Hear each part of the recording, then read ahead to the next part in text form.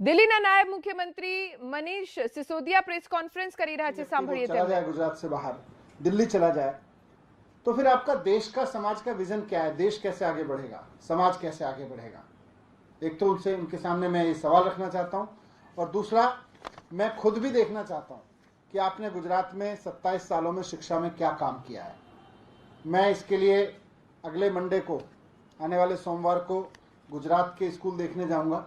मुझे पूरी उम्मीद है कि 27 साल में कुछ तो ऐसा काम किया होगा जो वो कह सकें कि ये हमने पिछले 27 साल में शिक्षा में किया है, और नहीं किया तो वहाँ का जनमानस तो मन बना चुका है कि अरविंद केजरीवाल जी को मौका देंगे, आम आदमी पार्टी को मौका देंगे, और वो शिक्षा पे गुजरात की काम करेंगे।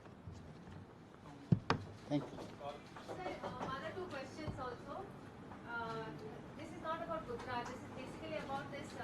Comment by the Home Minister today that Hindi should be made the language of communication between the states instead of English as it is being happening, but it should not be replaced by the local language.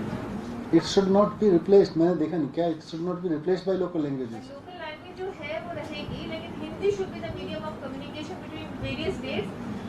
Issue sensitive है because South Indian states are not very accepting of Hindi, and there is a system which has been going on for a very, very long time. पता नहीं, मैंने देखा नहीं उनका statement क्या है। Thank you. So what about the meat ban?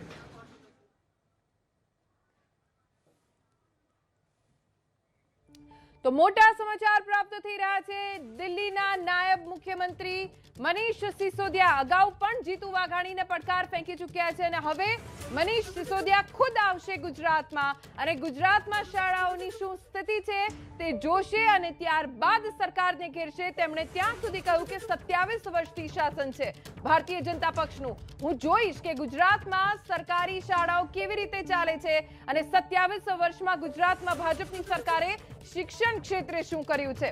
Jitu વાઘાણીના નિવેદન ઉપર પલટવાર કર્યો। જીતુ વાઘાણીનું એ નિવેદન જેને લઈને સોશિયલ મીડિયા ઉપર પણ ખૂબ ચર્ચા થઈ રહી છે, અને મનીષ સિસોદિયાને એક રીતે જીતુ વાઘાણીએ નામ લીધા વગર પડકાર ફેંક્યો। જીતુ વાઘાણીના નિવેદન ઉપર મનીષ સિસોદિયાએ પલટવાર કર્યો અને કહ્યું કે મનીષ સિસોદિયા ખુદ, એટલે કે હું પોતે ગુજરાત આવીશ અને ત્યાં શાળાઓની શું સ્થિતિ છે એ જોઈશ। उन्होंने एक स्टेटमेंट दिया था, उसको आप सब लोगों ने भी ट्वीट किया था, उसको अपने अपने चैनल अखबारों में चलाया था। तो गुजरात के शिक्षा मंत्री जी एक तरह से मान रहे हैं कि उन्होंने वहाँ की शिक्षा व्यवस्था पे कोई काम नहीं किया, और किया ही नहीं है बल्कि करेंगे भी नहीं, और जिसको अच्छा नहीं लगता वो दिल्ली चला जाए। उनके इस स्टेटमेंट में एक तो अहंकार है कि देखो हम तो राजनीति में हैं, हम 27 साल से गुजरात की राजनीति में हैं और हमने कोई काम नहीं किया और करेंगे भी नहीं। आपको अच्छी शिक्षा चाहिए तो हमसे मत मांगो, कहीं और चले जाओ। और स्वीकृति है कि हमने कुछ नहीं किया, हमने गुजरात के स्कूलों के लिए, कॉलेजेस के लिए कुछ नहीं किया। कल मैंने इस पे एक ट्वीट किया था ये कहते हुए कि ये बयान बड़ा शर्मनाक है। उसके बाद करीब 4.5 लाख लोगों ने उसको ट्वीट किया अलग अलग तरीके से कि गुजरात के शिक्षा मंत्री नहीं जानते हैं कि गुजरात में शिक्षा का क्या हाल है, बेरोजगारी का क्या हाल है।